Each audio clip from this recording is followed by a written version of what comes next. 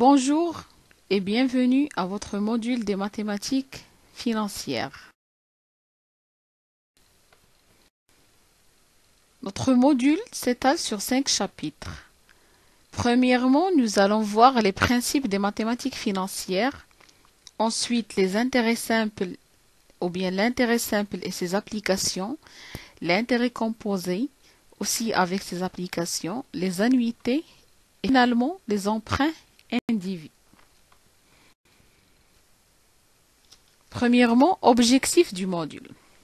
Donc, en tant que consommateur, on est amené d'une façon continue, en tant que futur salarié ou bien fonctionnaire, à être en contact avec des termes financiers que peut-être ne connaissons pas tous, à avoir recours à contracter un crédit, c'est-à-dire avoir un crédit auprès d'une banque, à croiser un simulateur sur Internet, ou bien se trouver surpris d'un prélèvement d'ajout suite à un découvert bancaire.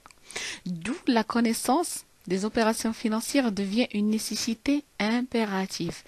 Donc, cette connaissance, il va nous aider pour résoudre plusieurs problèmes financiers qu'on rencontre dans notre vie courante.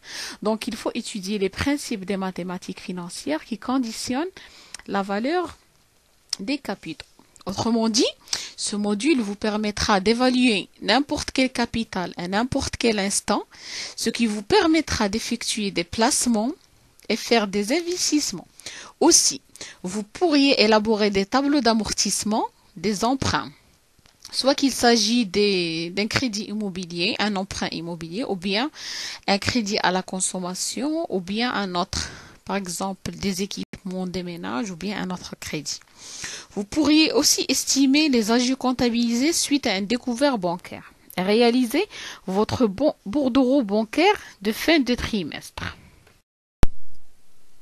Il convient, avant de s'intéresser aux opérations financières les plus fréquentes que l'on trouve sur le marché, d'étudier les principes mathématiques qui conditionnent les valeurs des capitaux. Si nous avons le choix, nous préférons tous recevoir 100 dirhams aujourd'hui plutôt que dans un mois ou encore plus dans 2 mois ou 1 an. Preuve que nous savons tous l'importance de la date et son attachement à un capital. Donc, il faut toujours garder à l'esprit que la valeur d'un capital est toujours rattachée à une date.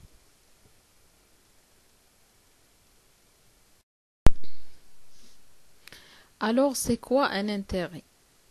On appelle intérêt la rémunération d'un prêt d'argent ou le loyer. La personne qui prête l'argent se prive de la possibilité de pouvoir elle-même placer son capital et donc de toucher elle-même des intérêts. Et tout prêteur court le risque de ne pas être remboursé par la personne, par l'emprunteur. Cette prise en compte du risque justifie la rémunération dont le niveau est apprécié en fonction du risque présumé de défaillance. S'ajoute à cela le taux directeur appliqué par la Banque centrale. Comme disent les Américains, time is money. Le temps, c'est de l'argent.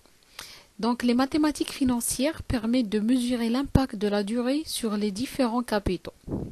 Elles rendent possible de répondre, par exemple, à la question « Quelle est la valeur d'un capital après une durée de placement N et un taux T ?» Soit que notre capital soit placé chez une banque sous forme d'épargne ou bien un emprunt auprès d'une banque, c'est-à-dire le capital de la banque prêté à un client. C'est comme si on fait aussi un placement chez le client. Donc, les compétences qui doivent être acquises par le stagiaire au bout de ce chapitre sont la possibilité ou bien sa compétence à calculer les 4 paramètres, le capital initial, le capital final, le taux et la durée. Donc, nous avons 4 variables inconnues. Pour connaître une variable, il faut avoir la connaissance des 3. Donc, par la suite, on va avoir la formule de calcul de cet intérêt. Donc, on part du principe que tout capital disponible peut être placé et rapporte ainsi un intérêt qui viendra augmenter la valeur du capital initial. Donc, dans chaque transaction financière, nous avons deux parties, le prêteur et l'emprunteur. Donc, selon la partie, toute opération financière peut être considérée aussi bien comme un placement que comme un emprunt. Ainsi, par exemple, le particulier qui effectue un placement auprès d'un établissement bancaire prête en réalité un capital à cet établissement qui peut être disposé comme compte d'épargne ou sous forme de compte d'épargne. Et vice-versa, si un particulier emprunte auprès d'une banque, c'est-à-dire il contracte un crédit, dans ce cas, la banque est considérée comme prêteur et le particulier est l'emprunteur. Et ça, on le trouve dans le cadre des crédits immobiliers, des crédits à la consommation ou autres.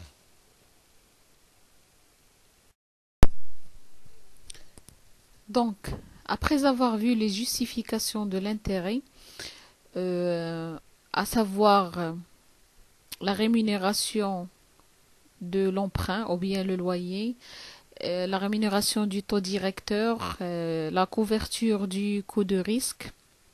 Donc, on peut dire que l'intérêt doit être forcément fonction du capital emprunté ou bien du capital placé, de la durée de placement et du taux d'intérêt. De la durée de placement, puisqu'on a dit que time is money, c'est-à-dire lorsqu'on avance dans l'axe du temps, notre intérêt augmente, et du taux d'intérêt exigé ou bien fixé par l'organisme financier ou bien la banque.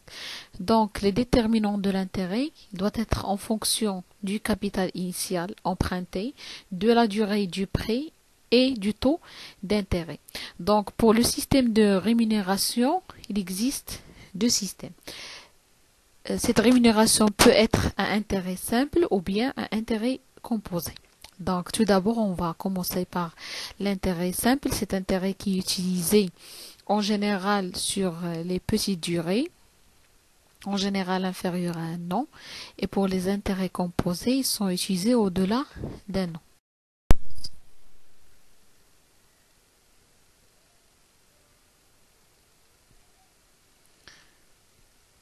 Donc l'intérêt simple se calcule toujours sur le même capital principal, c'est-à-dire on utilise toujours le capital initial, c'est zéro. Il ne s'ajoute pas au capital pour apporter lui-même intérêt, c'est-à-dire on se base uniquement sur le capital initial et elle est proportionnelle à ce capital initial et au taux appliqué et à la durée. Et l'intérêt simple, elle est proportionnelle à ces trois variables ou bien trois données. Et on doit noter aussi que le taux doit nécessairement se rapporter à la période choisie comme unité. C'est-à-dire, si on a le N en année, on doit avoir le taux annuel. Si on a le N en jour, on doit avoir le taux en jour, journalier. Si on a le N en mois, il faut appliquer le taux mensuel. Et si on a le N en semestre, il faut avoir le taux semestriel.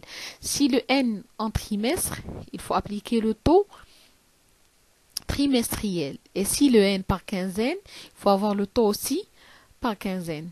Donc les deux variables taux et durée, ils doivent avoir la même unité.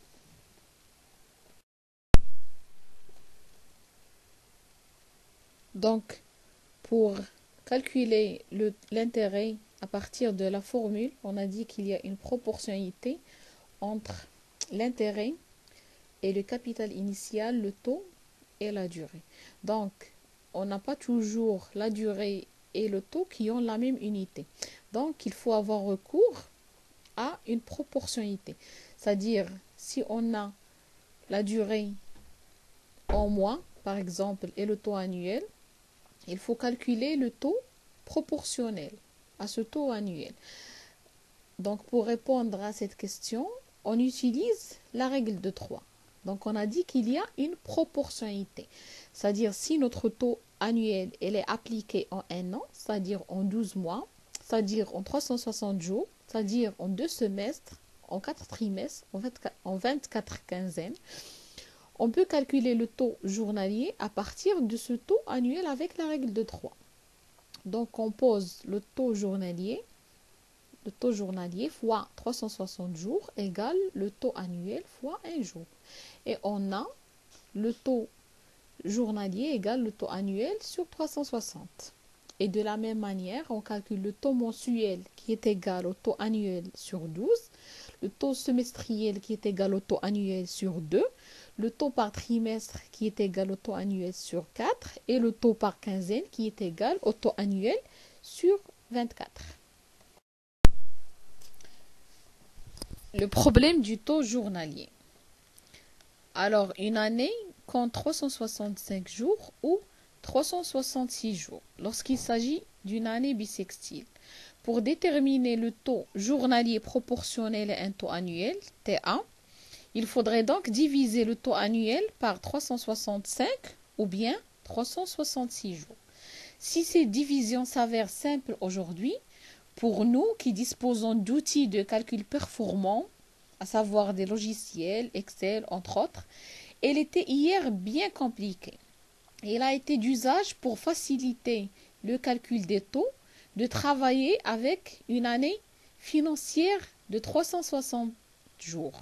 Notons bien que même si la base retenue pour le calcul du taux journalier est 360 jours, le nombre de jours de l'opération financière est compté pour sa durée exacte, mois calendaire, c'est-à-dire 31 jours en janvier, 28 ou 29 en février, 31 en mars, etc.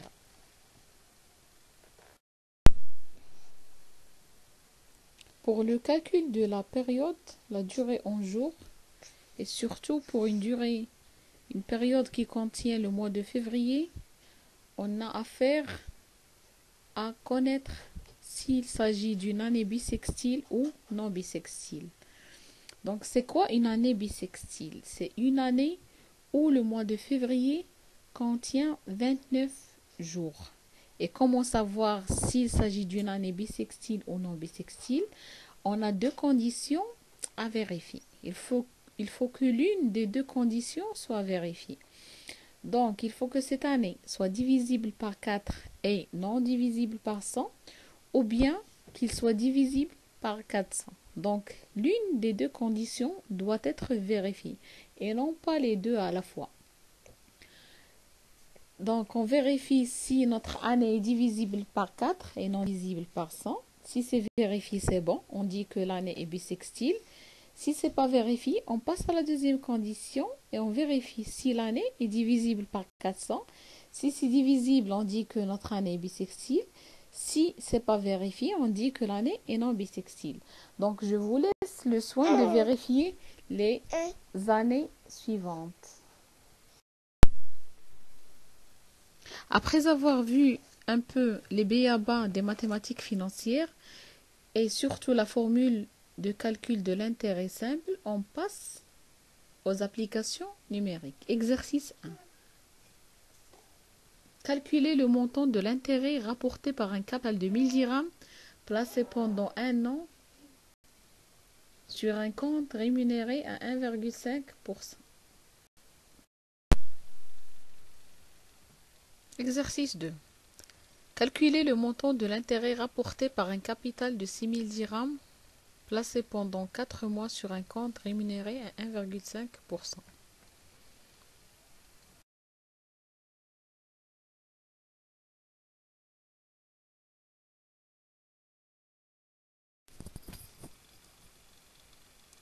Exercice 3. Calculer le montant de l'intérêt rapporté par un capital de 15 000 dirhams placé du 14 août 2015 au 10 novembre 2015 sur un compte rémunéré à 1,5%. On travaillera dans ce cas sur une base de 360 jours.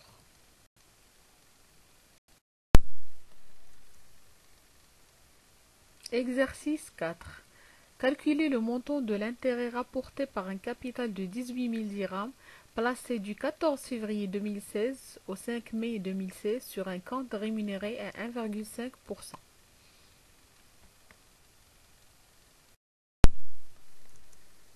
Merci pour votre attention et à très bientôt.